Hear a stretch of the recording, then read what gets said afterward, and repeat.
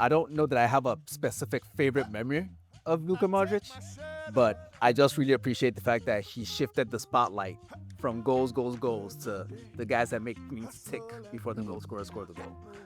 And I just appreciate the fact that the guy, even to this day, I mean, the reports were that he didn't want to leave.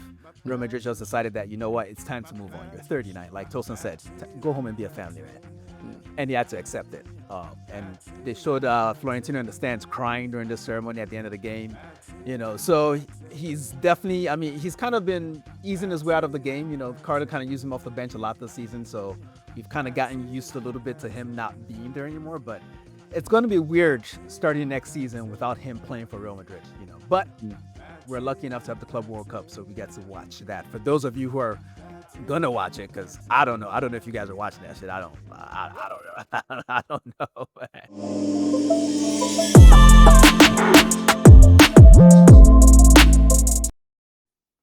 Ladies and gentlemen, welcome back to the Shirtless Plantain Show. This is the Weekend Review. I'm your host, Tosin, alongside my co-host, as always, Coach and Dean. Fellas, as always, how are you guys doing today? Man, these 9 months or 9.5 months have flown, boy. Yeah, I that's what a love lot of pregnant women say too. another season in the books. Yeah, man, we're here. Indeed, we're here. Indeed, ready to wrap this shit up and get ready for the next one. I'm ready, man. I'm ready. Like I don't need a break. I'm ready to go again. Let's do this shit, man. Oh man, it's great that you guys said that because we're gonna start off with congratulating Arsenal women. They won the Champions League final against Barcelona. Arsenal, the only women's team in England to ever win a Champions League. So congratulations to them for winning another title, Champions League title. 74th minute from Stina Black. How do you even say her last name? Blackstenius. Blackstenius. There we go. So yeah, Arsenal the underdogs, and they managed to win. So I know you guys mentioned it on your Arsenal edition, which is out as soon as you hear this or something like that. But how do you feel about that? Arsenal winning and good times to be an Arsenal fan, men and women. How do you feel about your team winning Champions League? It's just good for the club, man. Seriously, it's good for the club. I think it's probably even better for the women's game in general, the way that it happened. I think what Barcelona were the reigning champs as well. It's just good to get another name onto the podium again. The amount of eyes that were on the game, the amount of people that showed genuine interest, that will be showing genuine interest after the fact as well, um, and just the stories that come with it. I mean, some of these Arsenal players, like Leah Williamson, being there as a mascot for the 2007 final, and then literally captaining the team in 2025. Like Russo coming back to the club as well, as she's an Arsenal fan, and so like just there's too many, man. So yeah. Yeah, it's awesome. That's all I got. It's awesome. It was dope. Like I really loved.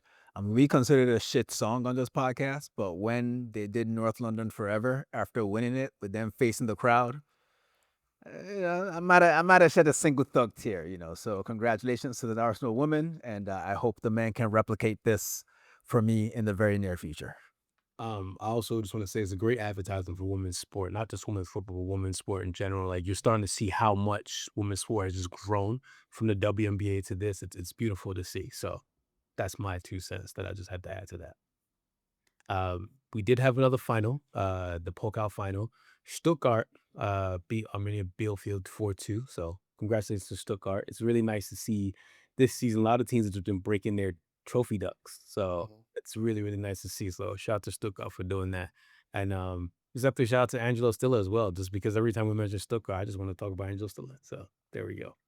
Yeah, I was hearing about him getting linked to Madrid. As good as he is, I don't think he's ready yet. But I mean, as far as those options go on the market, if Cruz likes him, yeah.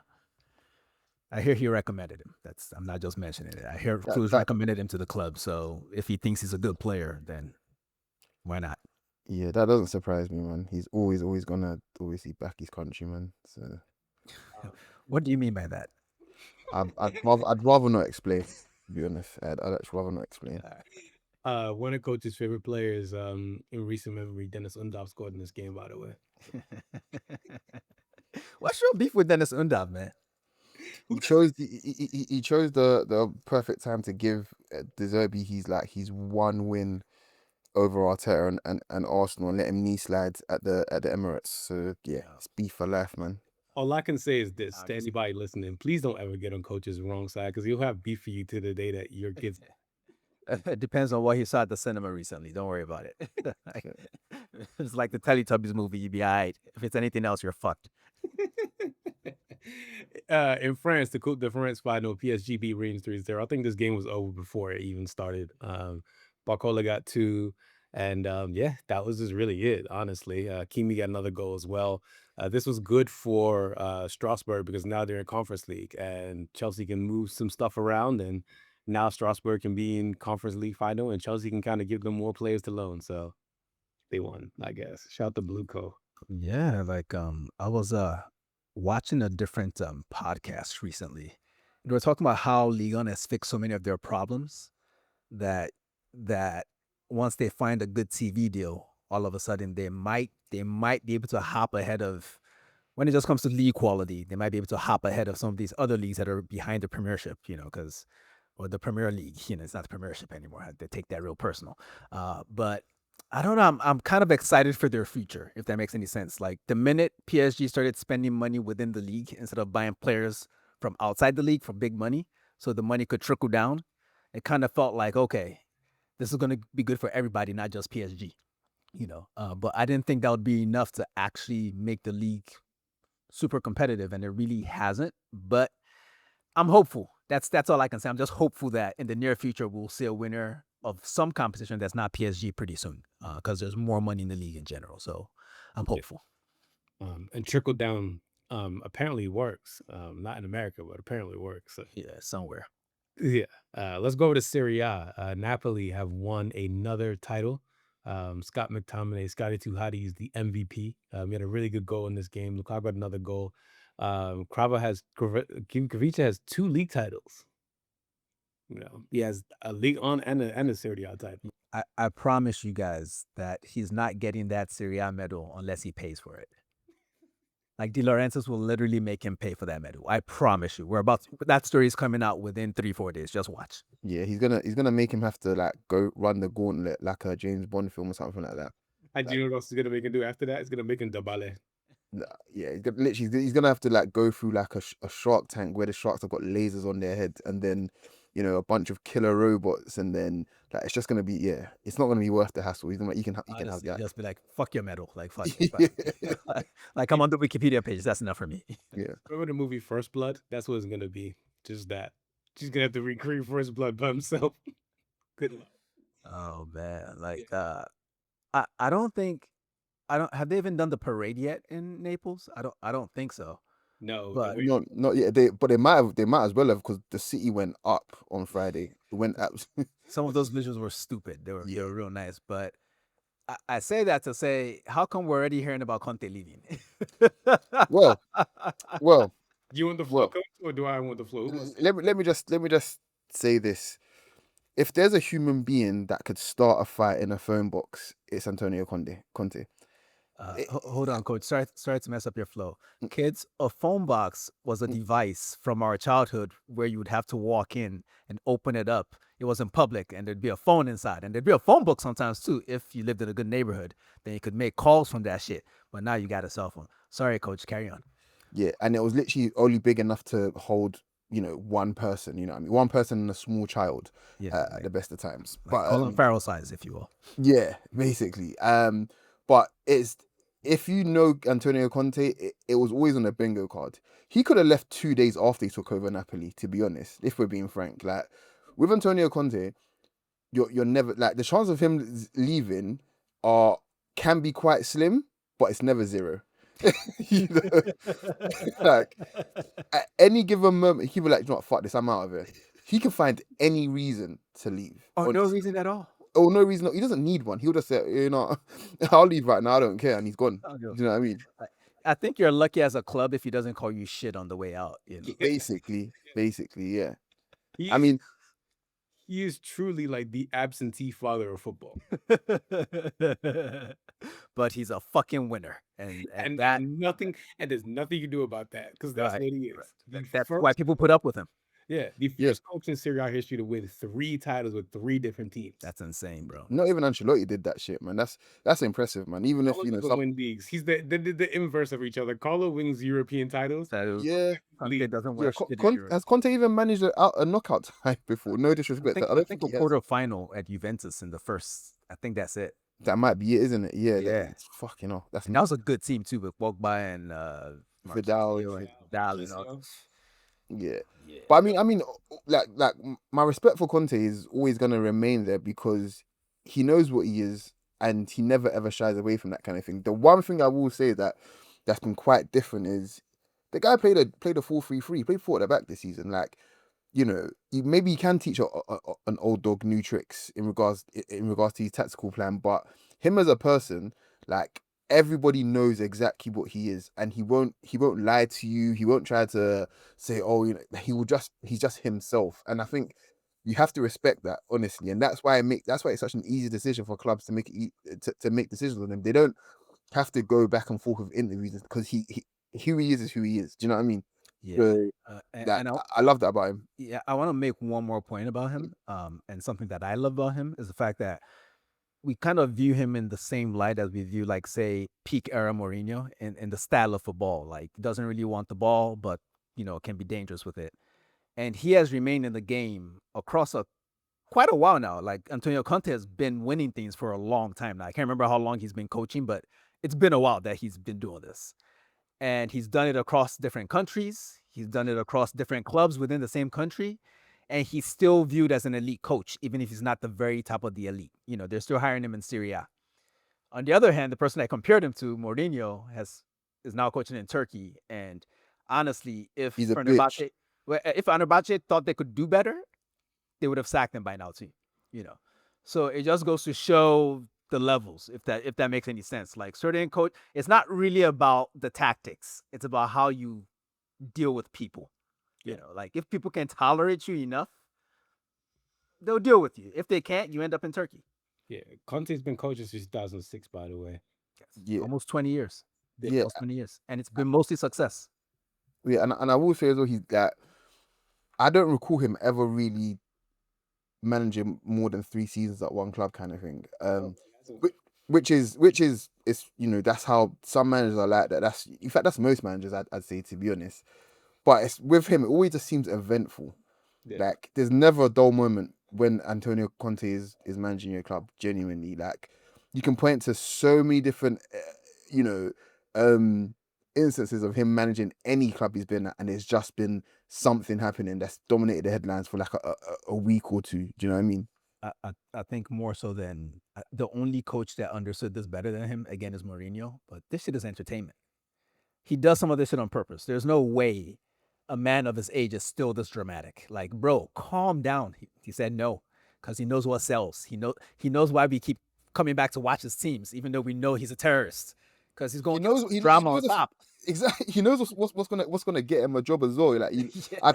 I think genuinely, if you look at everyone that he's managed, right? Like, let's just say since Juve, he's had Italy, Chelsea, Inter.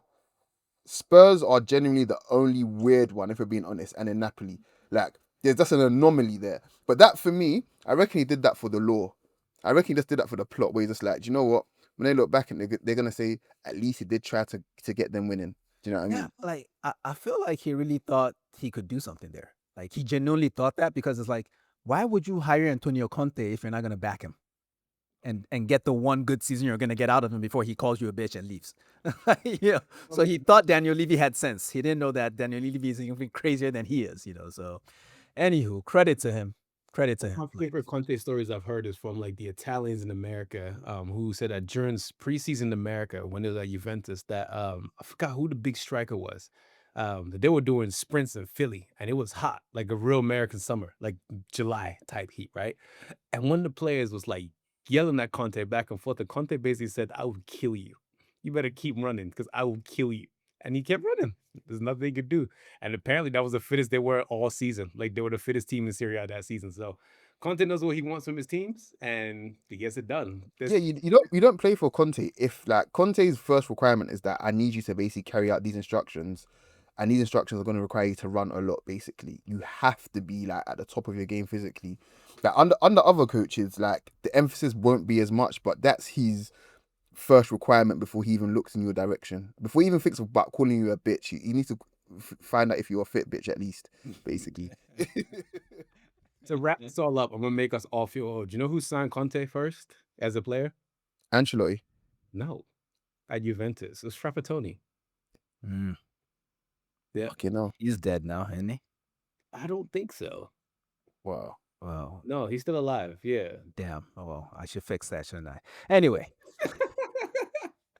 Let's move on to the rest of Serie A. Como wore their brand new fourth kits, which was styled by Rude. They had these yellow thing. I don't know, man. They some fancy shit. It was $300 for kits. I looked at it, I was like, okay. Anyways, they wore those kits and they lost 2-0. So that's what they get. yeah. And Pepe got a red card. De Verena? Yes. On his last professional game, he got a red card. I won't lie to you. That really makes me happy. Like that's the lasting memory of that fuck. And It it makes me so happy. same thing as Emi Martinez. We'll get to that later, though. Yeah. Yeah. Venezia lost to Juventus 3-2. Venezia got sponsored by Drake and got relegated. Juventus snuck into fourth ahead of Roma, and Venezia relegated. So I won't be shocked if Conte goes back to Juventus. Yeah. Just on the final, so I'll read out the standings in Italy, but obviously Napoli won it by a point, 82 points. Inter 81, Atalanta 74, Juve 70, Roma 5th in the conference place 69, Nice. and Fiorentina, I wouldn't say snuck in because I think Moise Keane, he definitely did his job there. They're in the Conference League, I believe. This has been a very, very interesting Serie A season, purely from quite similar to the Premier League, purely from the teams that are not winning the league point of view. Like they've all had their shit, they've all had their good runs, they've all had their, you know what I mean, like will they or won't they moments kind of thing. And the final sort of standings here, I'm looking at it, it just makes me laugh because Milan were never ever close, if we're being honest, were they? Like At no point in the season were they involved in a title race. It was always top four for them for brief periods, but even that kind of petered out fairly quickly. I mean, they did well in the cups, yeah, but in the league they were awful. yeah, it was bad. It was so bad. And it's like you got teams that finished above them: Lazio, Fiorentina, Roma. Beginning of the season, would you said any of these teams were better than Milan? Like really? No. I wouldn't have said so. Do you know what I mean? It's just, yeah, Thanks yeah. for the- Very, very disappointing from them. Only thing I want to add to this week is that Daniel Maldini got a brace like a minute apart. But Atlanta still lost. But there's that. So we can leave Italy and go to Spain. Thank you for the status, coach. La Liga. Mbappe got a brace in Real Madrid's 2-0 win over Real Sociedad. He won the European Golden Boot. So good for him. 30 goals in the league. It's weird. It's like we forget that Mbappe is just a serial goal scorer, but then it doesn't feel like it. Does that make sense? Yes, when your team isn't winning, nobody gives a fuck what you're doing. The end. Carlo left, so cheers to Carlo. I don't know if I agree about that, but we'll get to that. Carlo left, so cheers to him. He's in Brazil right now. He's probably on the beach in Rio dancing as we speak. Xabi Alonso got confirmed. They're bringing in Alvaro from Benfica, Man United academy player. They also let Lucas Vasquez left. I don't know why Jesus Navas and Lucas Vasquez remind me of each other. I don't know why. Maybe they're just both short in Spanish. One has green eyes, one doesn't. But yeah, Luka Modric also left as well. They gave him a big tribute. One of the players' kids was crying because Luka was leaving. I was just like, man, shut up, nigga. Stop crying. Out of here. You've seen enough of him anyway. He's almost 40. He needs to go retire. Go like, why you still want to play football? You hate your family that much? Whatever. Bilbao lost to... That's not how we send off Luka Modric on this podcast, okay? Nope. I know you don't enjoy the sport anymore because your team sucks. No, I love this. This is Luka Modric we're talking about. Wait. I got an addendum for that. Remember that, and I'll tell you when we talk about Chelsea. But go ahead, talk about Luka Modric. All right. This is arguably the best midfielder of all time. One You could think- say. He did win the I'm Ballon not d'Or in the era of Messi and Ronaldo Yeah. as a midfielder. I'm not So- disagreeing with that. Like, so it's I mean, I don't know that I have a specific favorite memory of Luka Modric, but I just really appreciate the fact that he shifted the spotlight from goals to the guys that make things tick before the goal scorer score the goal. And I just appreciate the fact that the guy, even to this day, I mean, the reports were that he didn't want to leave. Real Madrid just decided that, you know what, it's time to move on. You're 39. Like Tosin said, go home and be a family man. And he had to accept it. And they showed Florentino in the stands crying during the ceremony at the end of the game. So he's definitely, I mean, he's kind of been easing his way out of the game. Carter kind of used him off the bench a lot this season. So we've kind of gotten used a little bit to him not being there anymore. But it's going to be weird starting next season without him playing for Real Madrid, But we're lucky enough to have the Club World Cup, so we get to watch that. For those of you who are gonna watch it, because I don't know if you guys are watching that shit. I don't know. I don't know. But yeah, Luka Modric, man, I'm gonna miss him. I'm gonna miss those Trivela passes. I'm gonna miss him being the one midfielder that could do everything in midfield, even though he was the size of a shrimp, but his calves were bigger than Jack Grealish's. No one talks about that because he's not a model. But yeah, it's been a pleasure to watch him. Even when he played for Spurs, he was fantastic to watch. Question for you: is he the best player to ever do Trivela?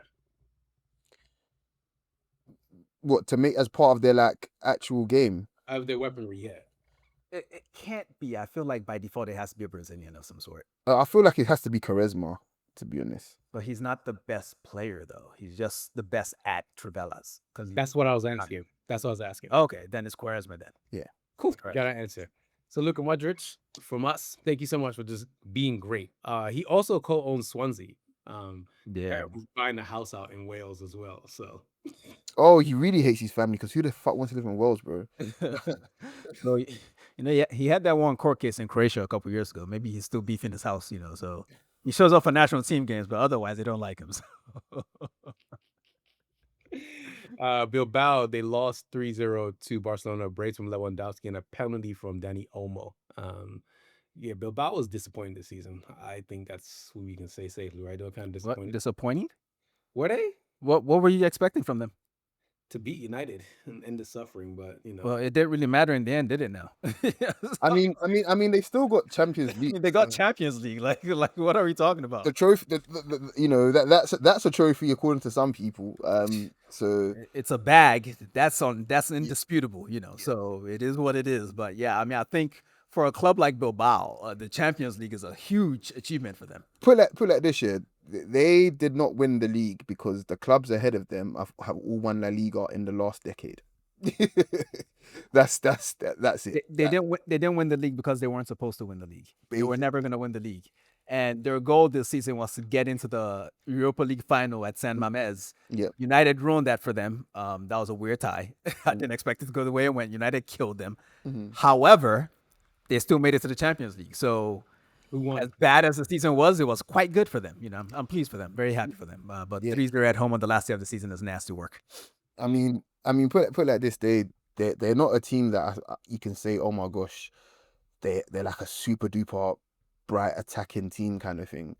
But they get their goals. Do you know what I mean? They get their goals. But the team behind them, however, Villarreal, they finished on the same points as them. They're a team that I feel like they're probably deserving a bit more of just shine and grace to end the season because, they've really, really, really blown the socks off a lot of teams this season and fought their way into the Champions League spaces. It's good. It's good to have Villarreal, I think, back in the Champions League. I got one thing about Villarreal. I'm glad you brought that up. Apparently, Tiana Trump has been very domesticated. She's cooking and cleaning in the house with Nicolas Pepe. Oh my god, yeah. I'm talking about football, my bro. I'm talking about football. I'll say this much about Villarreal. Like, I like them. They're probably, I don't know. I think maybe, sometimes you catch momentum as a team. What I'm trying to say is that I'm not sure that the Champions League is going to go well for them. I just don't see what they can do as far as overhauling the squad or adding to the squad to be competitive in that competition. Because you're saying it's nice to have them back, but they might just show up and get slapped a bunch. I feel like, I mean, who's their best player? Jose Perez, probably. Got 21 goals this season, which ain't nothing to sniff at. Or am I making that up? Was it 18 goals maybe?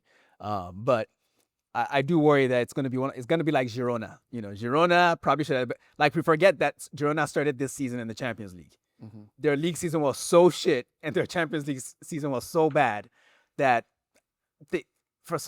their fans might almost think, we kind of liked it the old way, But at least they didn't get relegated, so there's that. Wait, they were in Champions League, right? Yeah, at the beginning of the year, Yeah. So I kind of feel like Villarreal might be the same kind of thing. I don't know. Brest.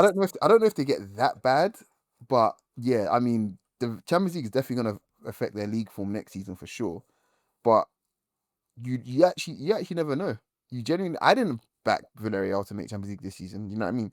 So you actually never know. You never know.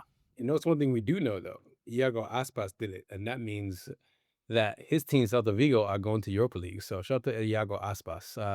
Getafe lost 2-1. They hosted Celta Vigo, and he scored. So shout out to our guy. I don't know how he keeps doing it, but he's doing it. So they're going to Europe. So good for Iago Aspas. Off the bench these days, he's getting old. Yeah. The time comes for us all. Oh, doesn't it just? Españolas, Las Palmas, Juan Garcia. Everyone wants him. Everyone wants him. So, where is he gonna go next year? You guys think he's going to Arsenal? Not anymore. Yeah, I don't think Not so. anymore. Like, he's very clearly not a backup goalkeeper, so he's not coming to Arsenal. Okay. I mean, yeah, and it brought me off just purely off the fact that I know that we've promoted Tommy Setford now as well. Like, yeah, I don't know if we're gonna spend 30 million on him to be a backup goalkeeper. I do have the sense, having watched a little bit of Espanyol this season, seen some of the saves, watched some comps because we were linked to him last summer. I do get the sense that we might have missed a trick here, because as good as David Raya is, he's still the same height as me. Listen, man, I love Iker Casillas, but give me Courtois any day, and Joan Garcia is a big dude, so and he moves like a small dude. But yeah, he's going to have a great career ahead. There were rumors that Barcelona are looking into him, and he posted something on Instagram kissing the Espanyol badge because they're Catalan rivals. Yeah. And they literally did the whole Superman in whichever movie where all the masses are around him. They lifted Joan Garcia. Yeah, they did. Yeah. If he goes to Barcelona, they will burn his parents' home. So he'd better just go abroad, or go to. Well, he's not going to Real Madrid, but abroad will work well for him. Yeah, Villarreal beat Sevilla 4-2. Alex Baena again. He's great what he does. So shout out to Baena. Honestly, the best non-top 3 or 3 team midfielder, the best midfielder in Spain this season that didn't play for Real Madrid or Barcelona is Alex Baena.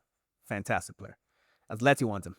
Yeah, I saw that as well. They're willing to pay about what 50, 60 for him, which is what it is. I like my midfielders to be a bit more, strong man. Hey man, if you got the passing chops, you get a statue outside the stadium someday if you're that good. I think he's on that track. He's one of those super creative types. I'm a fan. I'm a big fan. Yeah. Sevilla finished 17th, and coach is going to give us the rest of the standings in La Liga. Yeah, so Barcelona obviously won it on 88. Real Madrid on 84 in second place. Atletico Madrid on 76 in third. Bilbao and Villarreal both on 70 points. Round out the Champions League teams. Betis will be playing Europa League football regardless of if they win or not on Wednesday. Come on, Betis. On 60 points. Celta Vigo also will be playing Europa League football as well in 6th place. And Rayo Vallecano, huge for them. They'll be in a Conference League. They made it on 52 points. But they've got the exact same goal difference as Osasuna. Might be head to head then, huh? Yeah, it was definitely head to head. But that's just as much as a surprise to me as Villarreal making the Champions League. Like, I did not expect Rayo Vallecano to make the European places. By the way, Ronaldo sold Valladolid, his club, to a bunch of Americans. Good for them, because as much as he's the GOAT striker I've seen in my life, he was a terrible owner. He was an absentee owner. Like, he made Big Jim look like a good owner. That's crazy, man. Let's go to Premier League. Bournemouth beat Leicester 2-0. Semenyo got a brace. Not massive mean anything for either one of these teams, but Semenyo is a good player. Good player. Yeah. I don't know. You good? Well, Bournemouth didn't make Europe, so I guess it makes sense for them to sort of reboot, I guess, and sell a bunch of these talents. Whoever wants to buy, I think they'll be willing to do this this summer. And I think what's his face, Iraola should stay there. Yeah. Fulham lost to Man City 2-0. City are going to Champions League. KDB got his send-off. Gundogan got a goal, and Haaland got a penalty, and that's all she wrote. That By the way, that Alex Gundogan goal was something to talk about. You know, we're not 115 FC fans on this pod, but go see that. It's a nice finish. Alex Iwobi has also finished another season where he played every single Premier League match. Wow. So That's I think he's so underrated, yeah, that it just makes it.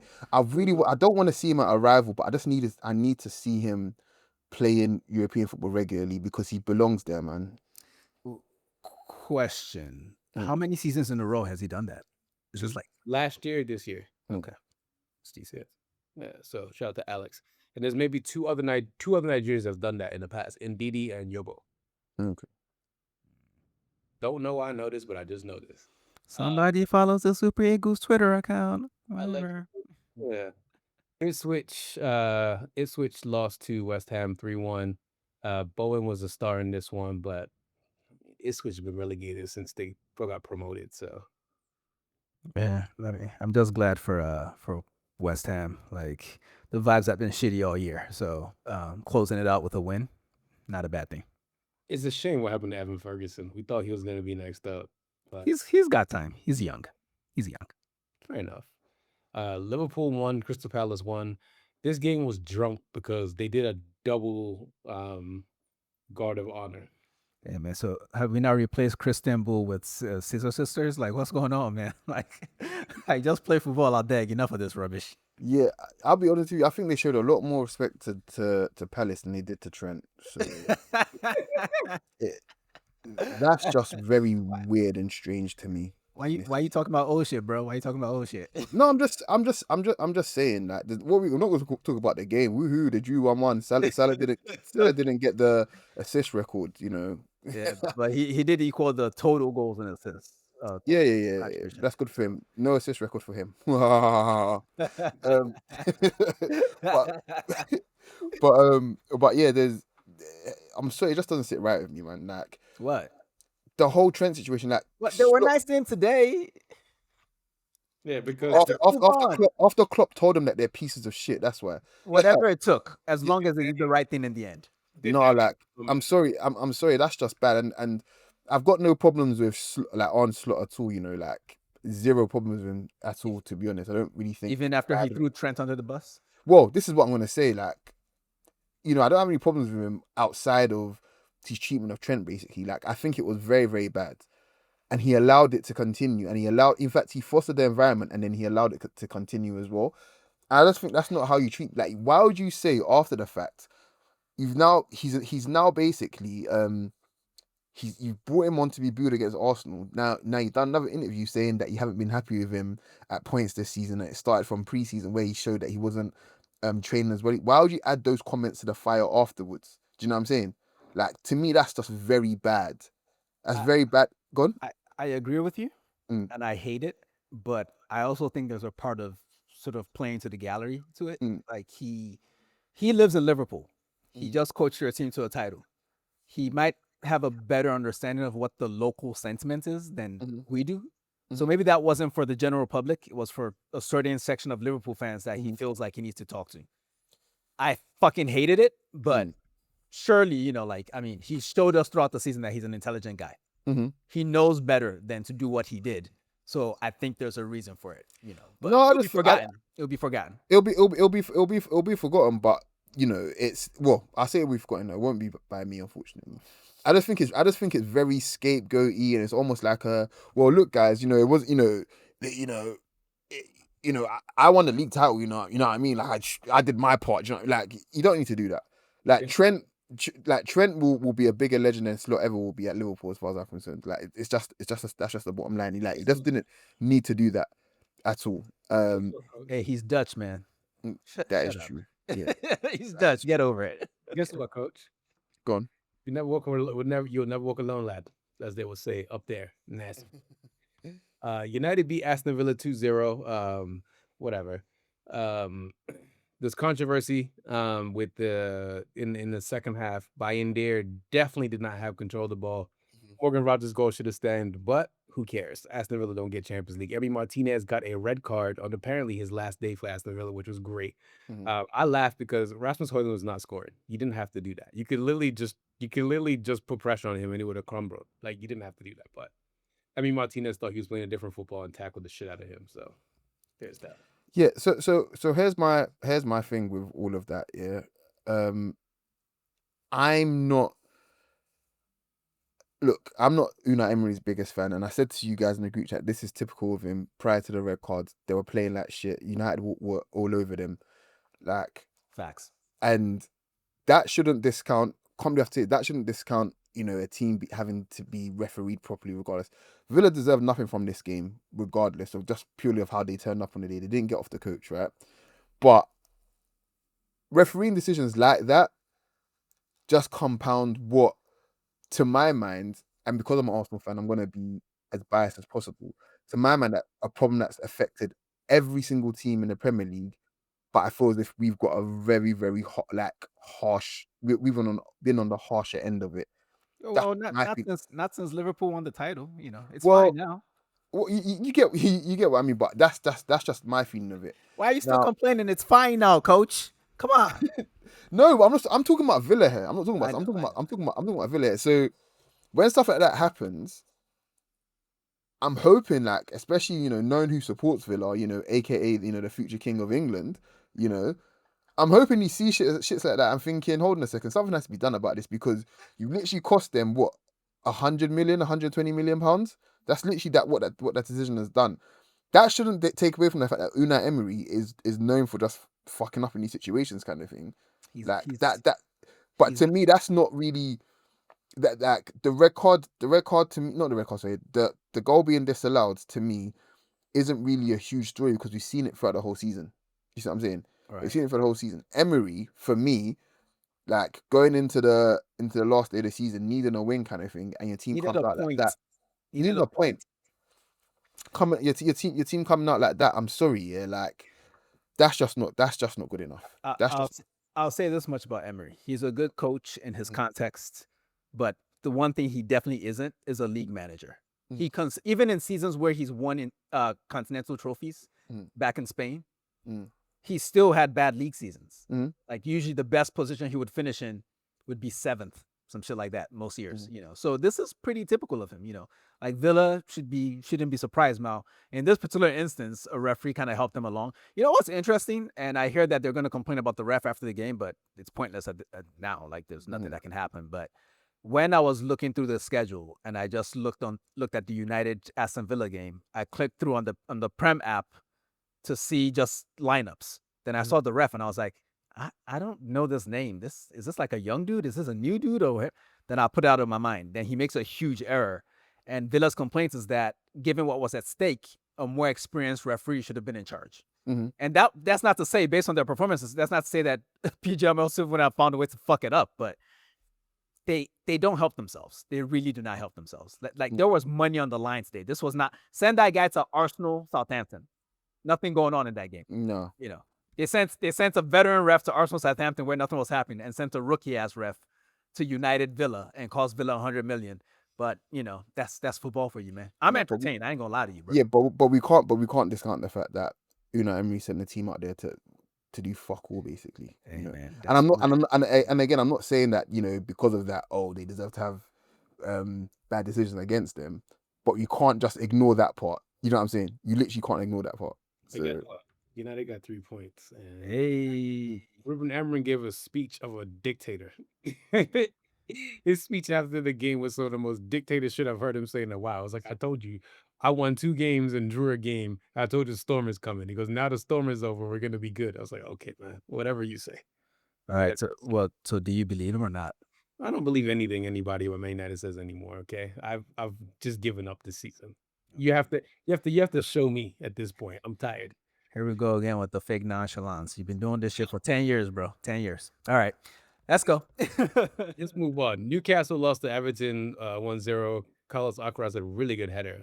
Because actually he got up there. It was a really good header. Newcastle are going to Europa, right? Nah, if Villa had just gotten a point, Newcastle go to Europa. because Villa lost because of this bullshit ass ref.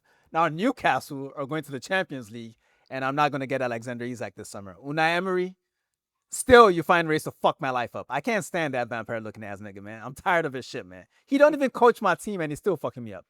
That's tough. You know what's our Campus League? Chelsea. They beat Nottingham Forest 1-0. Levi Colwill got a chance. Chris Wood could not. He needed more wood for the fire, as the song said. Yeah. And yeah, that was that. Look, Chelsea make me laugh because there's that sort of running trend that they would like to talk about. Oh yeah, biggest club in London, and we'd never celebrate, getting Champions League, and we're too big for that and all that kind of thing. They had a whole promo video primarily. They had a whole promo video before the game, and then afterwards, do you remember Arsenal took those pictures in Newcastle's changing room? I think it was 12-13 season. That's Yeah. And we got slaughtered for it. Right? We got absolutely slaughtered for it. And the value of our squad there was probably only about, let's call it what it was, maybe about 300 million. That's a £2 billion squad there celebrating Champions League football. A competition that they won't win next season, by the way. Like they haven't got a snowball chance, to be honest. And it's just funny how the narrative is just not that. A team that cheated their way to 2 Champions League titles before as well already. And now all of a sudden it's okay because they're young and plucky. No, this is still the same cheating machine with a team that costs more than you can ever imagine, kind of thing. And nobody's even giving them shit for it. You know what I mean? Nobody cares about Chelsea. Well, this is the thing. This is the thing. Nobody gives a shit about them, right? But it does bother me that people allow, the mainstream media to dictate their mood and dictate how they feel, because it's clear that none of this shit actually matters. It doesn't matter at all. It just depends on what they want to make news. Do you know what I'm saying? Once you accept that and know that, why would you be upset about anything that these people decide to print and decide to talk about? Do you know what I mean?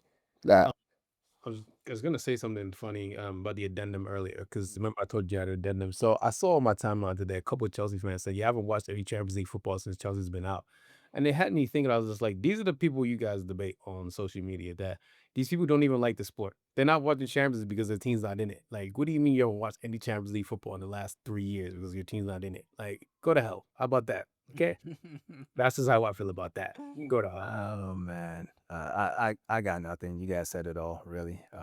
I just sound bitter saying all the things Coach said, but I don't know, man. At the end of the day, people want things to be presented as more good than bad. The villain is the contender that hasn't won yet, So Arsenal just gotta be content with that role for now. That's just the way it is. Speaking of Arsenal, they beat Southampton 2-1. Arsenal episode should be out now. Martin Odegaard had a really good goal, and Arsenal wrapped their season up with a bow. And they wore. Do you wear your new kits today or no? no, we were against Newcastle. Okay, so there's that. Brighton beat the shit out of Tottenham 4-1, but Tottenham don't care because they're going to Champions League next year. So who really won here? I guess. No, Brighton won. Yeah, And they reminded us of what we've mostly seen from Spurs this season. That if there weren't actual promoted teams that were ready to go right back down the minute they came up, Spurs would have gone down and won the Europa League anyway. But yeah, credit to them. A win is a win, but their league form, like, put it this way. I've probably been the nicest person to Ange, at least in this group, all year, because I know I'm not London enough and I'd be upsetting you and shit, but I just like the fact that the dude is who he says he is and doesn't try to pretend to be anything. I like the fact that when he feels like someone has wronged him, he's prickly about that shit. I love that shit. That said, which are we supposed to view as the more accurate reflection of what he can do as a manager? The time he took that team from 8th to 5th, or the time he took that team from 5th to 17th with all those injuries? I would argue that it's the former. So they'd be really stupid to do a really stupid thing, is all I'm saying. That's all I'm saying. Well, here's the thing. Go on. I was gonna say we got some breaking news that had nothing to do with anything. Fabrizio just did the "Here we go" for Cunha to United. So yeah, we're talking about Spurs, bro. We'll get to United. As soon as I heard Tottenham, I got bored. I was like, man, fuck these guys, man. So my issue with all of that is with him taking a team to to 22 losses, should I say, is whether it's players or managers, your bottom level to me determines just how good you are, basically. If your bottom level is taking a You team, judge people at their worst, is what you're saying? well, at the worst according to their standards. Because if we're being honest here, as much as we call him a cheater, whatever else kind of thing, this has been Pep's worst domestic performance probably since he took over City, right? And he pretty much secured Champions League football while being shit the entire season, basically. Yeah, but he also got 200 million worth of Well, there's that steroids in the middle of the season. Most managers there's- don't get that. there's that as well. But even without the additions, they wouldn't be finishing 22nd or whatever, or 22 losses is the point I'm making. And my issue is that when a manager or a player kind of thing is not performing kind of thing, how bad does it look? Do you know what I mean? What is your actual bottom level? And if your bottom level is getting your team to 17th over a season kind of thing, that's just not good enough. No matter how you want to caveats and injuries and whatever. So are you saying they should fire him? I'm saying they should keep him for my sake. They should definitely keep him. Because All right, so we agree. There's nothing else to talk about. because if they do fire him, they're gonna get a better coach. They're gonna get Areola. I'm pretty sure. Thomas Frank. That'd be disastrous. Either one of those coaches are better than Ange. Let's be honest, they're better. I don't think Ange is a bad coach, because at the end of the day, and it's not just because he won a trophy. At the end of the day, he did what people accuse him of not doing the entire time, and he should have done it sooner. To be fair, he was a little too stubborn, but to win this trophy, he basically started playing terrible. He played terrorist football, and they did what. So we know he's capable of doing different things. He can coach a team to do different things, and on top of that, this was the most important part to me. This is what I really look at. He didn't lose the locker room. Like, it's very easy when you're losing 22 league games, it's very easy for guys to be like, this guy's a fucking bluffer. He doesn't know what the fuck he's doing here. I'm not playing for him anymore. He never lost that team, So, not even trying to be sneaky about it. I do think, and at a bare minimum, just for the juju, like, the guy ended your trophy draw. I don't care what the fuck else happened. Just rock with it and see what happens. If it fails, you can fire him later, Yeah, no, honestly, it's gonna. Let me tell you this now. It's gonna be more of the same. He's gonna get a bit of money to spend. He's gonna get some more attacking players, some questionable defenders, and they're gonna play the exact same way. And you know what's gonna be funny? They're gonna come up in the Champions League against some really good sides, like a Barcelona, like a Bayern kind of thing, trying to play that same football, and we might get some record numbers because these teams are used to play against teams sitting back against them. Kind of thing. So imagine they get a team that's not really good defensively already, just trying to play football. It's going to be scary, and I can't wait personally. Look at you with all these hypotheticals. You don't know It's gonna happen. You can't see the future. It's Tottenham. All things considered. It's not Tottenham anymore. They just beat Man United in a European final. It's weird, bro. All things considered. You have to respect it. Respect it for for one episode. One episode. No, in fact, that's it. I'm not talking for the rest of the episode. Just done madness there. Wolves and Brentford was 1-1. Brentford didn't make Europe. But as we just said, Cunha is going to Man United. That's what Fabrizio just tweeted. And Ben Jacobs said he's wearing number 10. So number 10. Who's wearing it now? Rashford, but he's not going to be at the club no more. Oh, okay. Well, yeah, cool. Congratulations, I suppose. I guess, man. I guess one of these Brazilians finally has to work for us. He can start treating you guys like Remy Ma's been treating Papoose for the last 7 years or whatever. So, I mean, what do you do to Wolves all season? Like, I love you guys, but maybe not today. I'm conceited. Yeah, there you go. Because we get the standings, so we get the hell out of England. If we must. So as we know, Liverpool won the league. Good for them. They finished on 84 points. A lot of questions there in general, but they finished 84 points. Arsenal finished second, 10 points behind 74 points. 71 points for Man City. Woo! 69 points. Not nice because it's for Chelsea. 66 points for Newcastle. Villa finished on 66 points. Also, but obviously goal difference for us. And then Nottingham Forest finish outside of Europe on 65 points. Now, if we go down the table, Edu Gaspar. If we go down the table and we start from, let's say, 14th place, West Ham are on 43 points. Manchester United are on 42 points. So are Wolves also on 42 points. And Tottenham did not break 38 points. So they didn't break 40 points. They finished on 38 points. 17, 38 points in the God Champions League. This is the world that we live in. Yeah, I just think let's look at it. It's genuinely just gross, man. Like, you've conceded 65 goals. You know what I mean? Like, lost 22 games. you lost 22 games, and you wanna go and sully the Champions League with all of that. Like, come on, man. Let's be. That's disgusting. Yeah, that's just disgusting, honestly. This is good hate. Let's give our Premier League team of the season. In goal, we have David Raya. Right back, give Ola Aina. At left back, we have Milos Kirkresh. Our center back pairing is Van Dijk and Gabriel. In midfield, we have Gravenberg, Declan Rice. In our midfield, then Mo Salah, Chris Wood, Isak, and Mbeumo rounds out our team of the season. Mhm. And if anybody disagrees, guess what? These hands are free, and they're ready to eat for everybody. We have some honorable mentions: McAllister, Trent, Saliba, Wissa, Rogers, Robinson from Aston Villa, Ilman Ndiaye, who's been amazing. No, Fulham Robinson. Fulham Robinson. Okay. Jedi. Go USA. All that shit. Okay. Star Wars. Yeah. Clivert, Murphy, Damsgaard, Baleba, the Fulham center back, Milinkovic, Sells, Munoz. Forrest. No, Forrest, excuse me. Sells, Munoz, and Mateta. So yeah, a lot of mid-table team players would just turn up this season. So that kind of year, and we probably should have mentioned the Bericese. He had a decent season. The second half of it was good. Oh, he finished on double figures for both goals and assists this season. That have to respect it. You should take Mbeumo's spot in our team then. Hmm. Since he's Nigerian and all. You do our European team of the season? Yes, sir. We have in goal, because I'm a hipster, Joan Garcia. I think the props he got from La Liga folks. Like, there are a bunch of other people who are better. Their high points are better because they played entire camps, like Courtois or Donnarumma from the semifinals on. But they also had periods where they were either injured or just not playing, or not playing well. Like, that happened a bunch, So I decided we'll go hipster with them. At right back, we're going with Achraf Hakimi from PSG. Virgil van Dijk also makes our European team of the season. Left center back is Alessandro Bastoni from Inter Milan. Pedri highlights our midfield, where he's joined by Yao Neves and Declan Rice.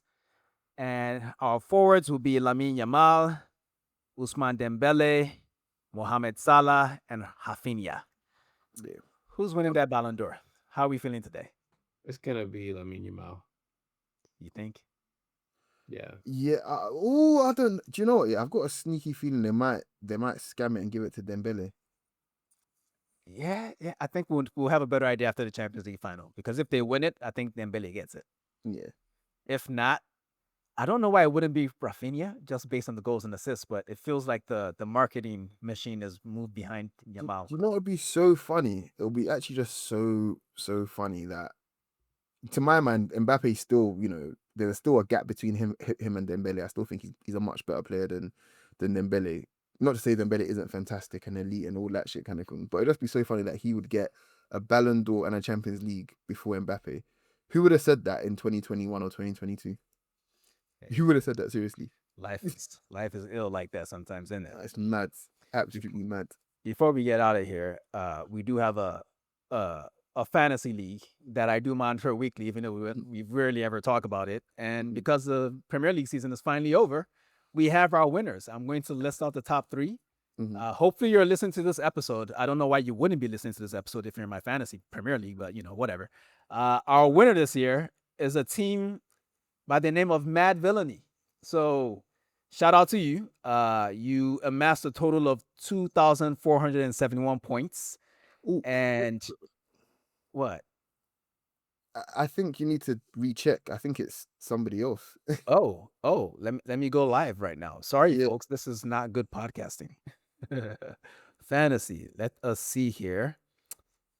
Leagues. The Golden Plantain.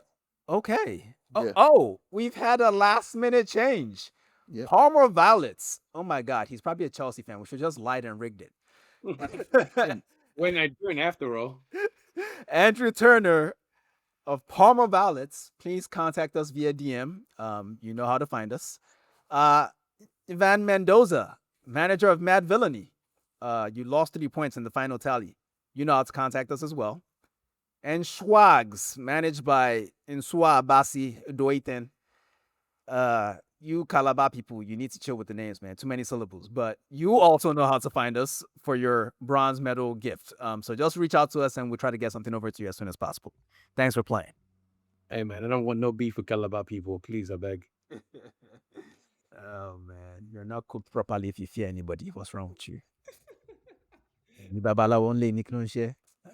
Ladies and gentlemen, we are out. We will have more content for you coming this summer. Just try not to lose your minds over your teams this summer. Try not to. Or do. Yeah, you could do that as well. The world will move on without your lost mind ass. It's cool. Whatever. Do I have anything else to say before we get out of here? Do I? Yes. It's been a great season overall. And we've still got the Champions League final to come as well. But just in general, the regular listeners and the new ones and the ones that tune in when they can, kind of thing. Thank you, man. Just thank you for just being here and continuing to be here. And yeah, like I'm glad that we're part of your routine. I think it's pretty cool, and you're also part of our routine because we make this shit for you. So, thank you guys, and we'll be back. We'll be back again. More content.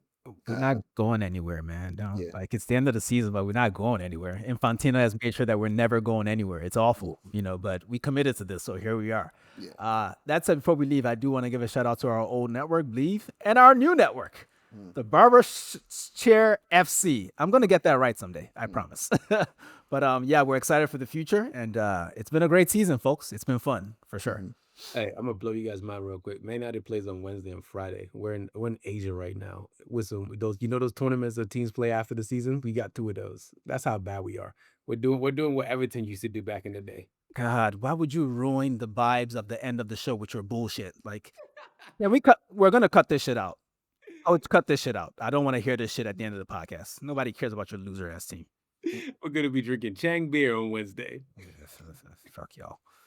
We're out. Everyone take it easy. Peace. Peace. Hey folks, this is Deen from the Shirtless Plantain Show. Don't forget to subscribe, comment, and follow us on all our socials. You can see them right beneath our recordings in every video. Thanks again, and see you on the next one.